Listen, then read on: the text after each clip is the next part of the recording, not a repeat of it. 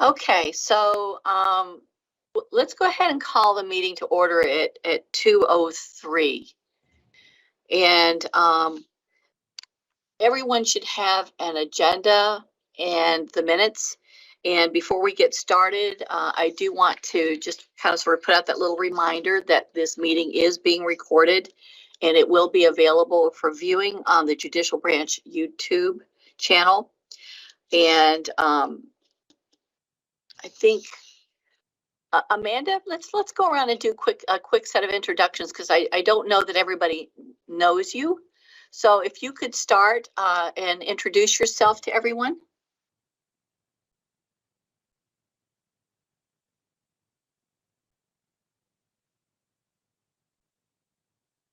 Or is she frozen?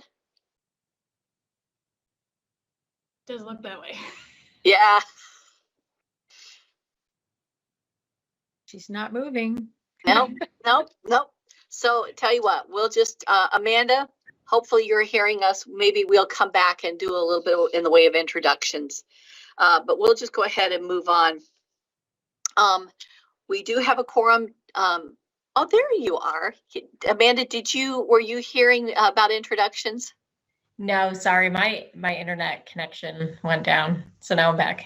Okay, so if you could, let's do a quick round of introductions. If you could introduce yourself to the group, because I don't think everybody knows who you are.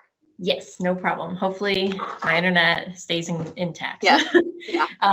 So my name is Amanda Mendoza. I'm from the Connecticut Alliance to End Sexual Violence. My position here is I'm the training and outreach coordinator, but I'm also the S.A.F.E victim notification coordinator.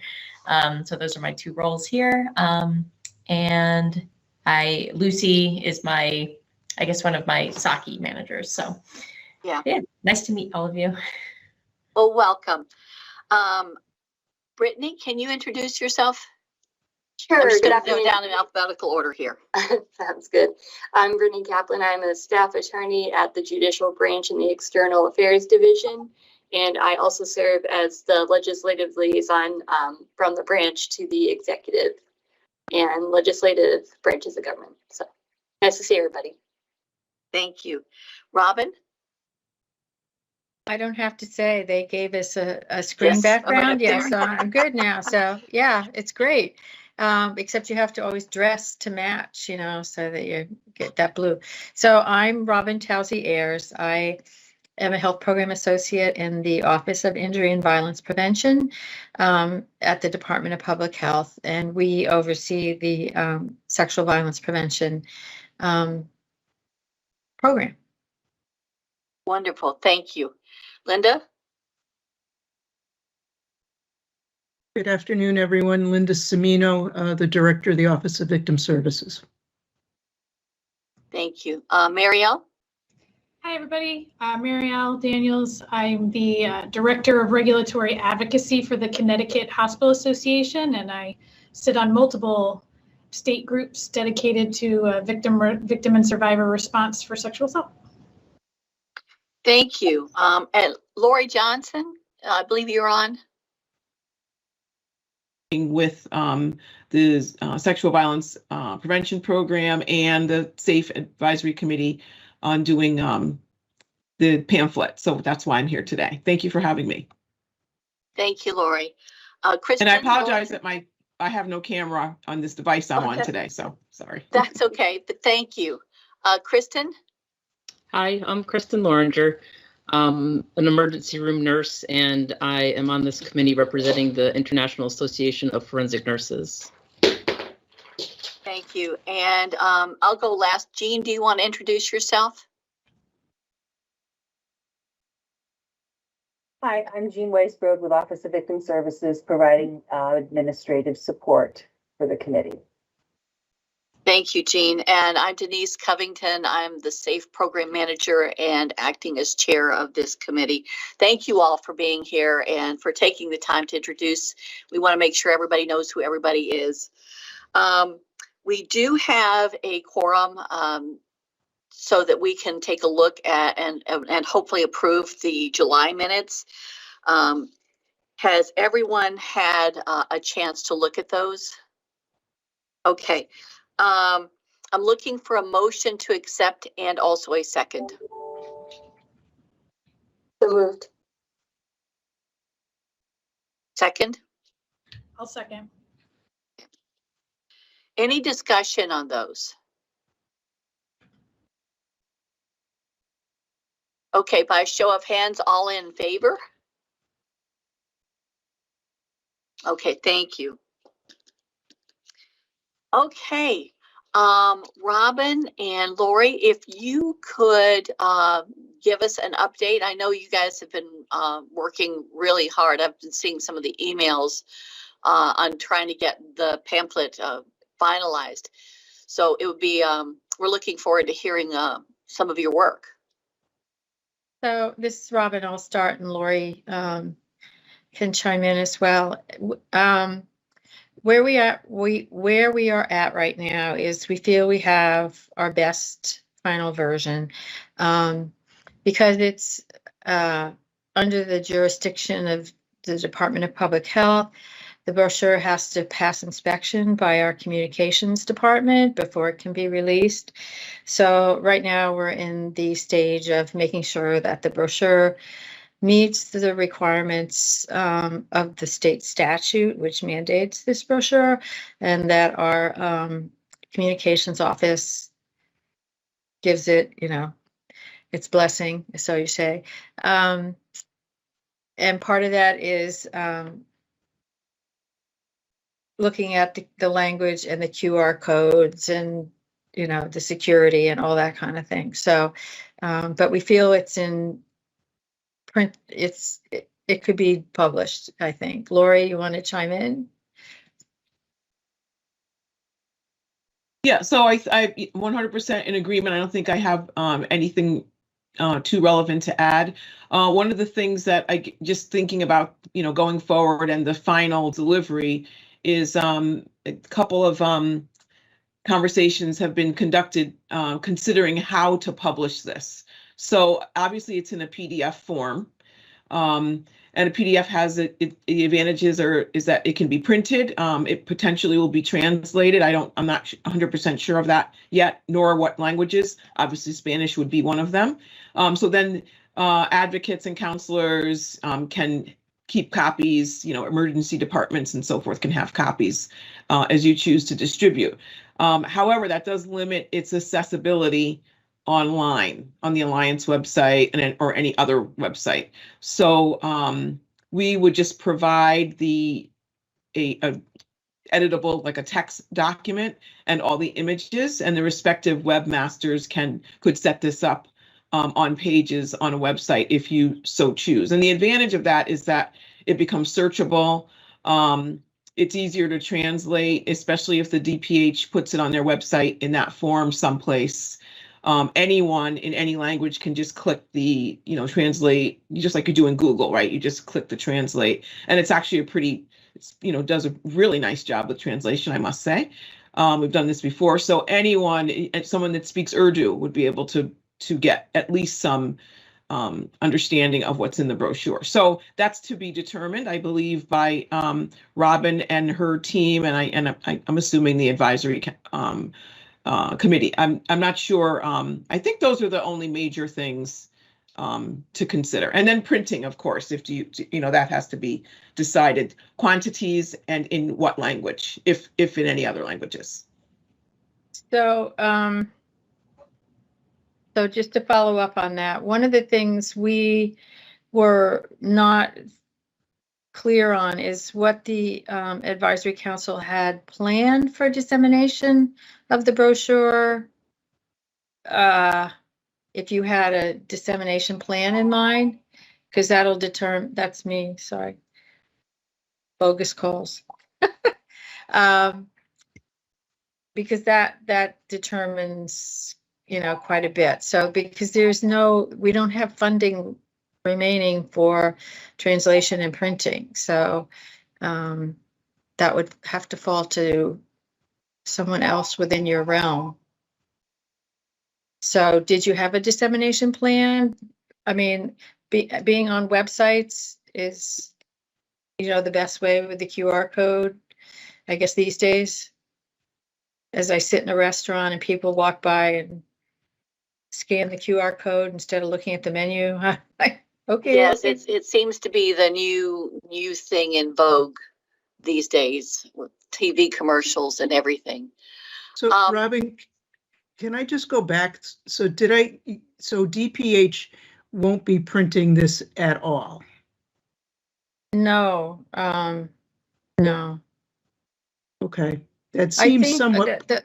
the plan, I think, is I'd have to go back and look. As you know, I didn't start with you all on this project. So I think the plan was to maybe print the business cards that would direct the person to the website where the brochure would be placed. Does that ring a bell? So it had been a point of discussion in the past. One of the things that we were looking at is a statewide discharge packet, and this was going to be I hesitate to say the corner piece, but yet it was a very significant part of that statewide discharge packet. We really couldn't move forward with the discharge packet that we all had in mind until the pamphlet was in its completed stage. And Linda, you can jump in here anytime, but one of the things we had looked at doing was actually having the QR scan code, but it would lead to the pamphlet along with other links to other sites. But we also needed to be able, what we do electronically or with a QR scan code, we also need to be able to do in print because not everyone has a phone. Right. Lori, or Robin, how many pages is it and what's the size of it? Lori, I'll give that to you. Let me take a quick look at it. I think it's approximately 20 pages, but that includes the directory. So, it's possible that a printed version would not need the directory portion. In other words, the list of all the crisis centers, because maybe that could be just converted to a QR code someplace and put on a website. It really depends on your need. If that's not sufficient and that needs to be in print, then that's useless. But let me open it right now and I'll get back to you with the exact number of pages. Thank you. Take me a second. It's a large document in terms of, pages, and so.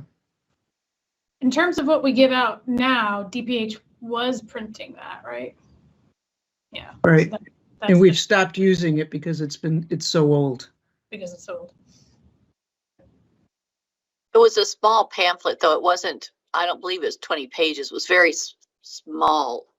I mean, it was a number of pages, but it was not a full size. It was more like a 7 by 9 or. It was 5.5 by 8.5. Oh, 5.5. Okay. Yeah, Right. I just knew it was smaller. It was under contacts, right? Yeah. Yes. Yeah. Yeah. So it's still 8.5 by 5.5, and it is 20 pages. So 10 full sheets. And that would be, I think that would be 5 sheets of paper because it's 2-sided and then folded, and so yeah. If I'm So my it's math. It's similar to the size it was. It's not too, it's really not too much longer because the previous one had all of the crisis centers listed as well. So it's not, I think there's a little bit more content, but not tons, because we had originally included the children's information, and we've removed that, and that was about 3 or 4 pages maybe. Okay. But one thing I can't officially speak for Robin, but printing was never included in the plan. There was discussion about, from a funding perspective, there was discussion about having it printed and preparing it to be printed, but there was never any budgeting for printing. I don't know why. That just was the way that it was presented to us.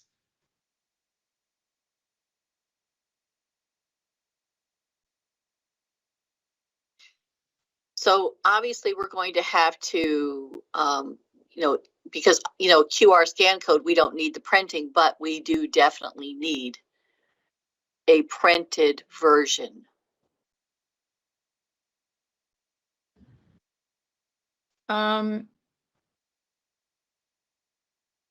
So I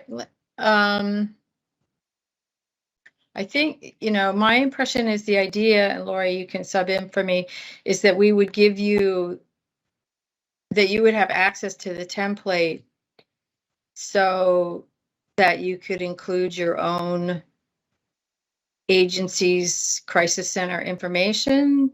I can't, for some reason, that is in my head that was one of the purposes, so that Now, I think the statute is pretty clear that this is a DPH document, and as you could probably tell from the background, I'm home, so I don't have my books with me, but I do think that statute, and I can't remember, Robin, if it talked about printing or used the generic word dissemination, but it was the intent and again, I'm not an attorney, as Brittany knows, and I don't play one on TV, but I don't think that it was ever meant to be that there was the ability to edit it except from DPH, as you are the owner of it. But again, I don't have that in front of me, so I can't confirm. Okay. What, the statutes mean? Yeah, the statute that governs this. You know what? Hang on. See if I can quickly find it.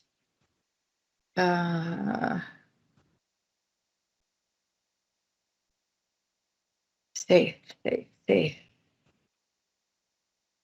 Sure. Because I pulled it.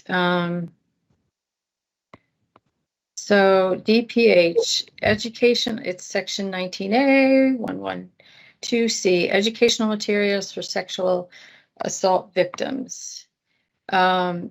It says the Department of Public Health shall work with Connecticut Sexual Assault Crisis Services. They need to update that to develop educational materials about human immunodeficiency virus and acquired immune deficiency syndrome, specifically as they relate to sexual assault, for distribution to sexual assault victims through hospitals, rape crisis centers, HIV, testing centers, the Division of Criminal Justice, and other appropriate agencies.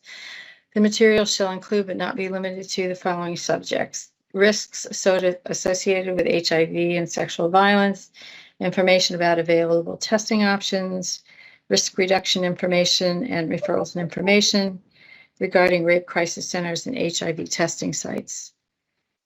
So it only says so there's no mention of printing. It just says to develop educational materials that will be distributed, but it doesn't, it doesn't specify who's going to do the distribution. I mean, I guess Consax would be the one doing the distribution. So, I mean, that's the way it stands. And which I'm assuming means it was unfunded. So, like I said, I haven't been on this since the beginning, so I can go back and check. But that was the latest communication that I had received, that a template would be available. So if somebody wanted to brand it with their own logo, they could do that. The QR code would be on it.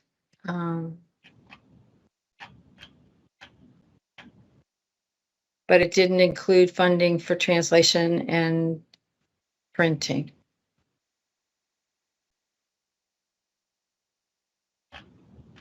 So the printing is something that's going to have to be further discussed as to the responsibility, the funding, and Right. Well, how did the packets get funded other than the brochure? Linda? Well, the packet, there's multiple pieces. DPH had paid for the printing of that document that I think Kristen said is 12 years old. And Kristen, thank you for that. And Brittany, thank you for putting the statute site in the chat. Other components of that are documents or publications that are OVS, our own publications. And then there's a survey and a self-addressed stamped envelope that the Alliance, sorry, I see concepts right there, that the Alliance is responsible for. And Beth and I have actually started engaging in a conversation based on the next item of actually if we can do the surveys electronically. But whenever we ran low, we would just, I don't know if the Alliance communicated to Edith or whoever her was before her, but that's how we received them. So either Robin or Lori, can you talk a little bit about the business card and what that might be? You know, we haven't looked at it that closely, but I know in my folders, I have a template for it. Okay. And my impression is that the business card would be the piece that would be actually distributed. Okay. Lori, do you have any thoughts or remembrance on that? So what I recall, and again, none of this is official. This is all just based on conversation and previous meetings that I've attended. So the business card was for the purpose of having a more convenient way to distribute the information. It would include a QR code, and so it would supplement the pamphlet, not necessarily be a replacement. So really for convenience, and for to give to someone that may need a more private way to store it, a smaller way to store it if they had any concerns about privacy or safety. A more discreet way to share the information.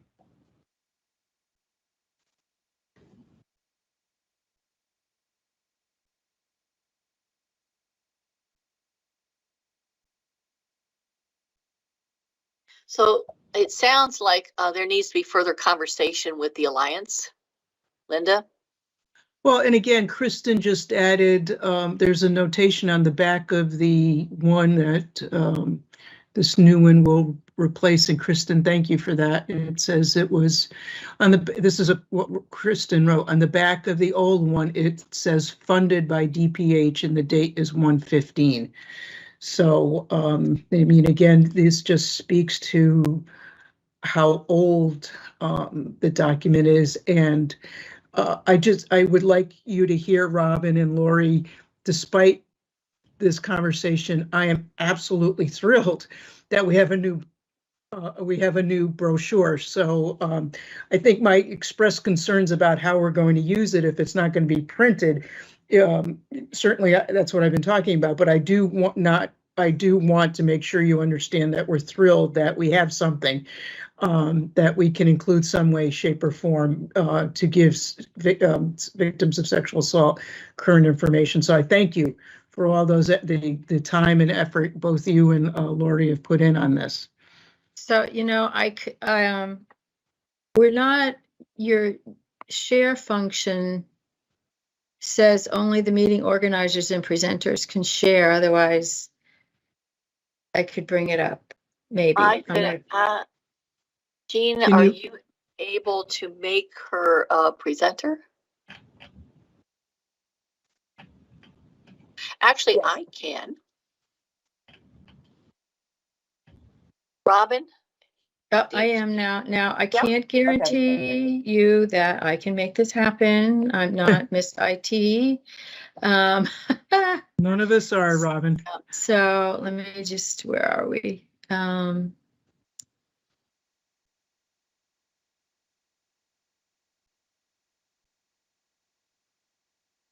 It's the one.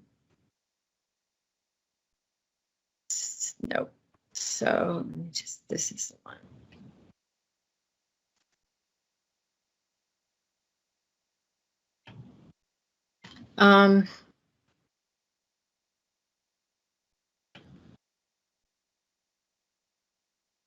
Just do this. It's sitting in an email, so I'm not as an attachment.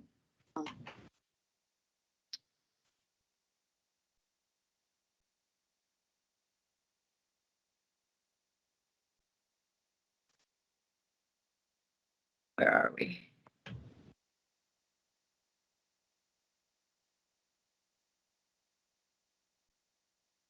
I have too many folders. Okay. Now I should be able to get into it. Nope.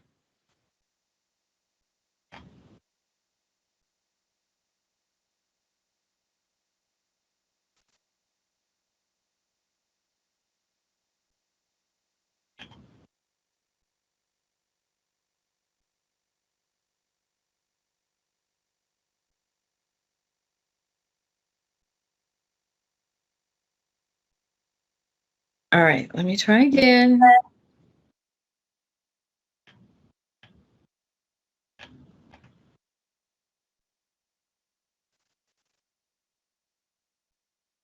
Stars. No, that's not logic model.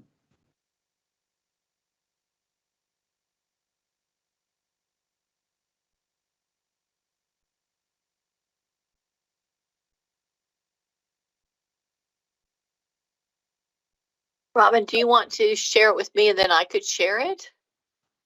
I can, things are missing. I'm still not good at this. Let me, okay, that's not going to work. So, hang on. Unless you want to do something else while I'm fumbling around here. That's okay. I've been doing a SAFE training program with a lot of presenters, and I can very much appreciate it. Okay.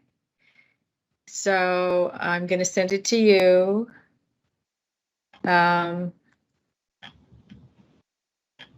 Did it bring you up? No.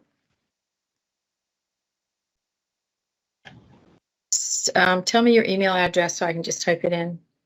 Sure, it's Denise, DENISE. Yep. Dot Covington, COVINGTON. Yep. At JUD.CT.gov. We're all dotted. Oh, there you are. Coming to you.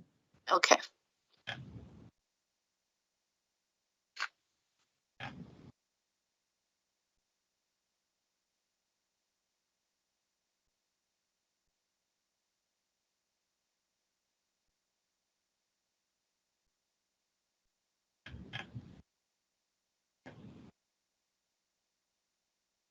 See if I can open it.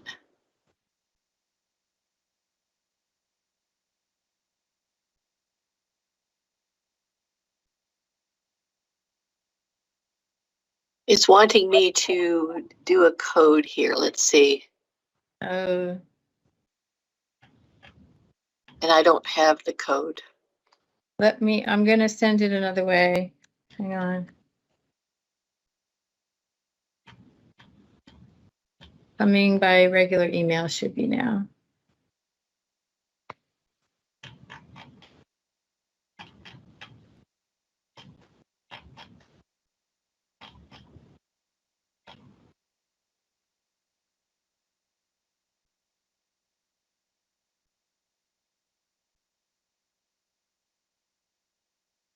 Any luck? See if I can do this verification code.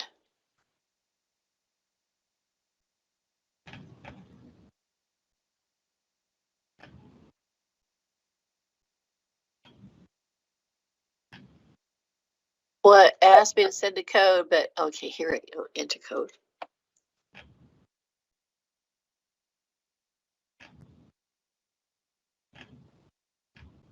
The judicial branch has firewalls, and so yeah, and so. But let's try this latest code. There's a more recent code. Let me try it one more time. We'll try it one more time. It's nice. It has colors, faces, bodies. No, because it'll tell me to send the most recent code, but it doesn't give me a choice before telling me to ask for it again. So I don't think that's going to work. Oh dear. Well, it looks nice. Maybe we can.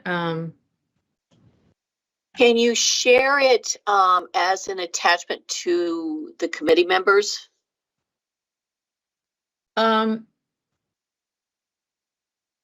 Oh, you mean email it to you? Okay. I don't know. I don't know if I'm supposed to release it until it's, Until it's confirmed. approved. I know. Yeah. I'm sorry. That's okay. When it's confirmed, can you let us know? Absolutely. And then Absolutely. and then release it so that we can have a look at it. Right. I'll do that. Okay.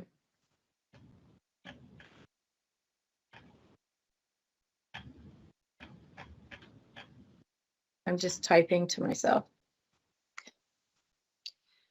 So, not to go back to the dollars, but so your understanding was that somehow DPH would underwrite the printing. I think it was based on the previous history of it underwriting the printing. Okay.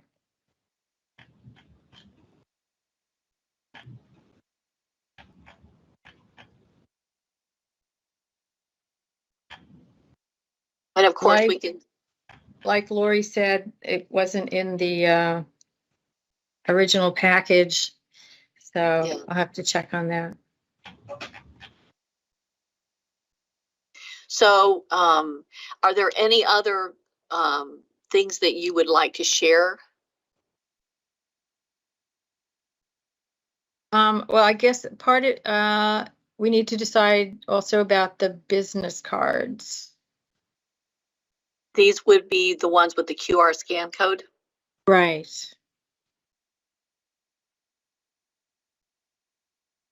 So I think, and if I may kind of sort of include what's next on the agenda, which is a statewide discharge packet discussion, because that's really part of that discussion.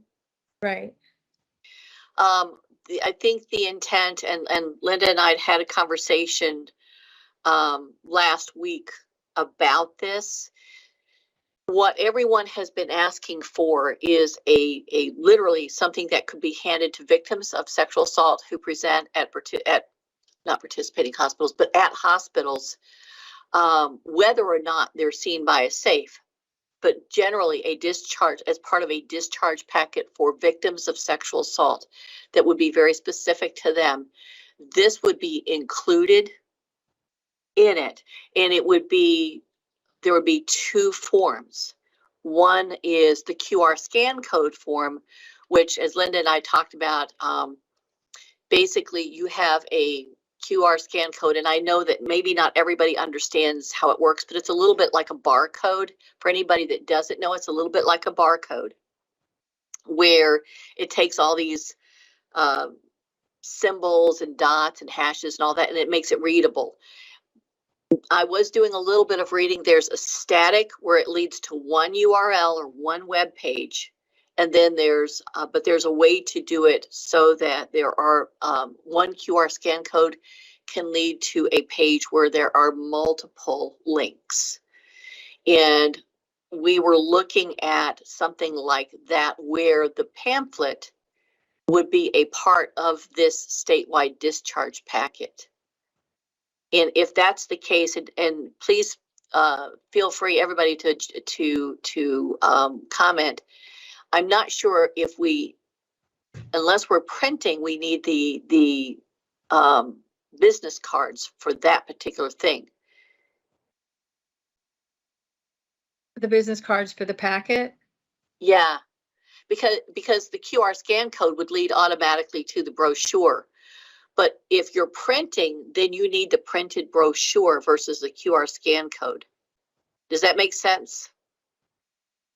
Say that again. If you're So, printing. yeah, if you're printing the discharge packet, you wouldn't have any QR scan codes because we're printing these for people who wouldn't have like a phone or something like that.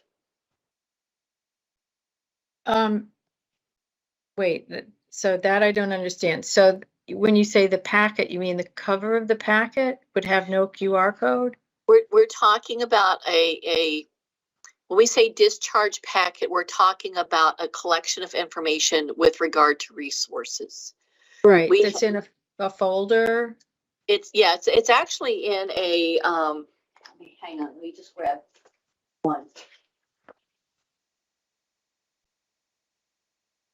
Actually, it looks, and I know I'm kind of holding this up, but it's in a like a little plain it's a plain manila envelope. Okay.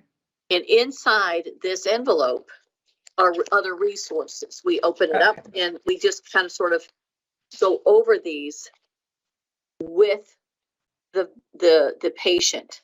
And you'll see that there's OVS information. There's a brochure for OVS along with information on compensation, along with this is about civil protection orders.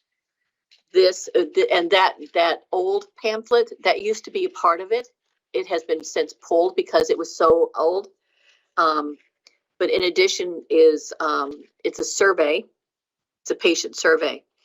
And what we had wanted to do and what many healthcare providers and hospitals have asked is that we have a statewide packet such as this that contains information on the various resources that could be available to victims of sexual assault, and that would include the brochure. Okay. Does that make sense? Sure. Now I understand now. So my question would say the QR code won't be on the manila envelope. No, the idea would be that if we needed to print and hand somebody a packet that was printed, the assumption would be, and we basically you would make the assumption that they don't have a phone because you really need a phone to do the QR scan code. And not everyone, well, most people have one, not everyone does. No, they don't. Okay. So the idea is that you need the paper document in lieu of people who aren't able to scan the QR code. That's correct. So we need both options available to us. Okay. Any input from anyone else? Go ahead, Amanda. Sorry, I was just going to add on top of the QR code or below it, you can also write out the link in case someone doesn't have necessarily the capability to scan the code, but maybe they have access to a computer at home and like they can type the link out, at least for the time being, if we don't have the resources to print just yet. So that's another way of navigating that. Okay. Excuse me, I just wanted to break in. I'm gonna have to drop off. But anything that we can do to help all of you and Robin, just let me know. Thank you so much, Lori. It's been a pleasure. Thank you. Lori. I'm sorry. Bye-bye. Yeah. All right. So I will first of all, I have to meet with our communications department because they want to go over some of the questions they have about the brochure itself. And I'll also talk to the admin above me about your expectation that there would be printing. Did you have a sense of how much printing or how many? Mariel, would you have any idea from a statewide perspective from hospitals? I don't, only because I really haven't been involved in the distribution in the past. So it's hard for me to say, how we worked it before. I mean, they seem to have them now, right, Denise? I mean, they must have it worked out somehow, but. Well, I think the easiest or most comprehensive way of looking at a number is our hospital reimbursement numbers. So that, every year, and I haven't looked at it in a while, but I think we have somewhere we reimburse hospitals maybe between 400 and 600 for 400 to 600 adults who seek the care and the collection of evidence. And again, that number's, I think it's roughly in there. So I think from an annual point of view, if we just use those hospital reimbursement numbers, I think that's probably the least complicated way of figuring out what a print run would be. Good suggestion, Linda. So 400 to 600 adults per year receive the packet from a hospital. They would. We're talking about numbers of victims of sexual assault across the state. Okay. And Linda's pulling those numbers from billing, from how many bills are received here. Sure, I understand that part. Well, the best I can do is go back and ask. And I hope they have a good answer for me, but everybody needs to keep their fingers crossed. Well, we can start there and then see where we go. Right. So I'll go back and ask. I have to meet with our communications people because they had some questions, like I said, about formatting and the QR code. And I'll ask the finance department about funding for, it's not just printing, it's translation. So like Lori said, the idea is if the brochure is on the website, you can automatically translate it from the website, but I know not everybody has a computer, so we don't want to be discriminatory. Yeah, my guess is based on what I've seen is that most of our patients would have a phone, but there's always going to be those that don't. Right.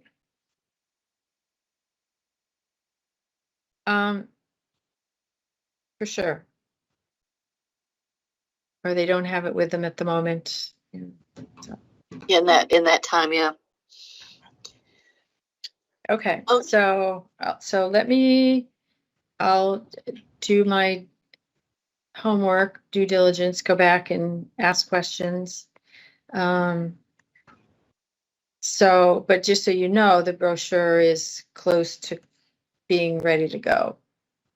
Oh, and I'm gonna, sorry, Linda, I don't mean to cut you off, but I want to also echo Linda's, as the person who's constantly running into nurses who take care of victims of sexual assault, who are, I'm probably the one person that everybody is like, when are we going to get something? And can we, and our SAFEs in the program, they go and talk to SAFEs who are not in the program or nurses who are not in the program. And they say, and they talk about this wonderful packet we have. It's like, well, we want that. So I think that once we get this figured out, I think it's going to be an incredible asset to victims of sexual assault. I'm sure it will be. Yeah. Yeah. So anything else on this before we move on? Thank you, Robin, and also thank you to Lori. I know she left, but thank you, Yeah. Robin, for that. It was a very informative update. It was lengthy.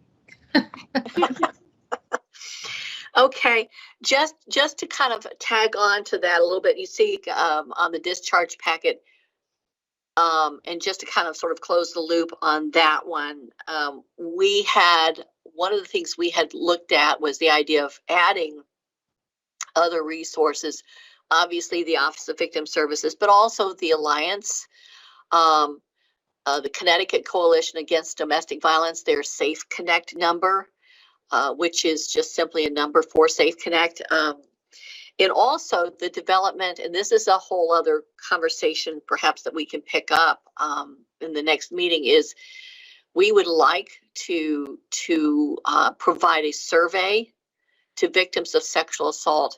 And we do this in the SAFE program, but what we're talking about doing is having a survey for victims of sexual assault or patients who reported sexual assault at hospitals across the state, regardless of, you know, whether this was an RN or a provider, a medical provider, or a SAFE, but to help us identify areas where we could improve services. And just get a snapshot that way. I know that the Alliance has been working with us for quite well since the beginning. And they have produced the envelopes and the surveys, have sent them to us as part of this packet that I just showed you a minute ago. They've paid for the postage. And of course, I'm not suggesting in saying this that they would pay for the postage on a statewide basis, but basically they've had a 7 to 10% return, and it's been informative. And so we would like to look at also taking that and maybe revising it to become part of this statewide discharge packet to help us identify where our gaps in service are and also what we're doing right. So that will be a future discussion, just to give you a heads up. Linda, do you want to add to that at all?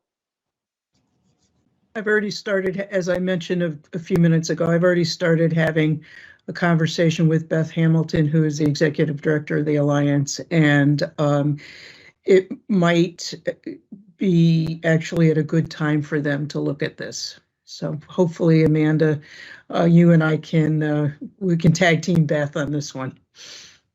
Yes, we can. Any comments, questions about what we've talked about so far on the agenda? Okay, Linda, you're up on the website. I see that, yes, and I actually have a report. I had a really nice interaction with Melissa Farley, who's the head of our external affairs, who's also very involved with the Judicial Branch Web Board. And it came through email that everybody who, myself included, who said, yes, we're going to work on this, we forgot it. We dropped the ball. Everybody who was involved with this, from the web board to me, dropped this. So they, in a communication today, the web board apparently is meeting on Friday, and this will be brought up to them. They are looking exactly what we asked them to do is to, I'm sorry, I have a cat who's the joys of working at home. We're looking at, Denise, when you and I met with them back in November, there's a link on the Judicial Branch webpage called Careers and Opportunities. We will put a safe page there. It will include information. Unlike the SAFE page on the on the OVS website, this page on the Judicial Branch website under Careers and Opportunities will be written for the medical provider who might be interested in becoming a SAFE and taking either in the program or in their hospital. So it's very much of a resource page. It forwards, Kristen was on our strategic plan committee last year, and this really takes this and moves it forward. And whenever twice a year when the RFP comes out for the SAFE class and to join the program, it will be linked there. So Denise will have very easy, maybe 3 or 4 click instructions on how to instruct folks who are interested in this to go and get the information. They are looking for the information to populate the website, and I told them, I believe, Denise, you and I had started a draft of that. So because I've not been in the office for yesterday and today, I haven't had an opportunity to go through my notes to glean that, but I'm hoping when I'm back in tomorrow, I will, and Denise, you and I can confer, and I'll send that out to the web board. So it's really good. I think it's good news, and we're close. Yeah, and this will be great for instead of me having, and there's been, and thank you. This is a thank you to Sherry Watson, who she has sent out a couple of email blasts, and I actually stopped counting at a certain point, but I estimate that I have received in the neighborhood of 300 emails of those interested in being a part of the SAFE program. This website will allow us to have a very consistent source of information that will be available 24/7. They don't have to necessarily always come to me to get information. And so this will be a huge benefit to growing sexual assault forensic examiners across the state. Any questions about that or comments? So when we meet in November, I'm really hoping to have this. I know it's only a few weeks away, but I'm really hoping to have, if possible, a template so we can, Jean will help me screen share, or Denise will, so we can show you what it will look like. Because Robin, like you, please don't ask me to do anything, because I don't know how to do it. Great, thank you so much, Linda. Okay. Okay, so SAFE's in Connecticut update, and Mariel, I haven't reached out yet. I was going to verify that Connecticut Hospital Association would still be able to host the list of SAFEs in Connecticut. I'm happy to help distribute it, but I don't, I think we agreed our website isn't really like a resource type website, but I'm happy to help distribute because I know we wanted to keep it just within the hospital. We're not quite ready for all the prosecutors and defense attorneys out there to have access to it. Yeah, no, I'm still happy to help. Yep, through CHA, help distribute when you're ready. Yep. Okay, wonderful. So just kind of sort of a brief update on the number of SAFEs we have in Connecticut. As of right now, we actually have 120 who are either maintaining their certificates, their SAFE certificates, through the annual competency days, which we have in the summer and a couple of makeups later in the year, or whose certificates, like for instance, in the last class, they wouldn't have gone through the annual competency day, but they have in-date certificates. So those are the combination of the two. There are a few of these that are still scheduled to do makeups. We've started offering, I think we offered 7 dates this summer. We have a makeup in November and a second makeup in December. So we're trying to make sure that we're offering enough opportunities for those who have the SAFE certificates, who have been through their training, to maintain that certificate. And then we also have currently the fall class, which we have 23 in the fall class. So if you added those together, that's by the end of November, I expect to have 143 SAFEs in Connecticut who are current, which is great. And then the nice thing, and this is not a SAFE program update, but I will say that of that class of 23, 13 of them are SAFE program applicants. So in the space of, I would say, I think about a year, we will have actually doubled the number of SAFEs in the program. And that is thanks to these email blasts from Sherry Watson, who sends them out through the Connecticut Nurses Association and the Connecticut League for Nursing. It's been a wonderful benefit to the SAFE program, to growing it. And for the first time in a long time, it's like, okay, we can actually do this. We can actually ultimately have a statewide response program. So that's a great thing. And when I share that list with you, Marielle, and with CHA, I'm hoping that will put us on the schedule to have, as we originally discussed in this committee, we talked about keeping it up to date 2 times a year, once in January, in the January timeframe, and once in the July timeframe. So that will actually put us on the schedule to be able to do that.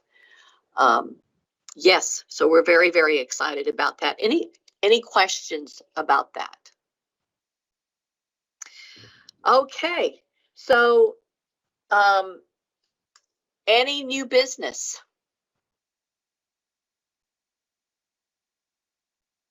Okay. Rise to this group so much, but I saw the governor's announcement about the funding to the lab, the grant. Oh, yes.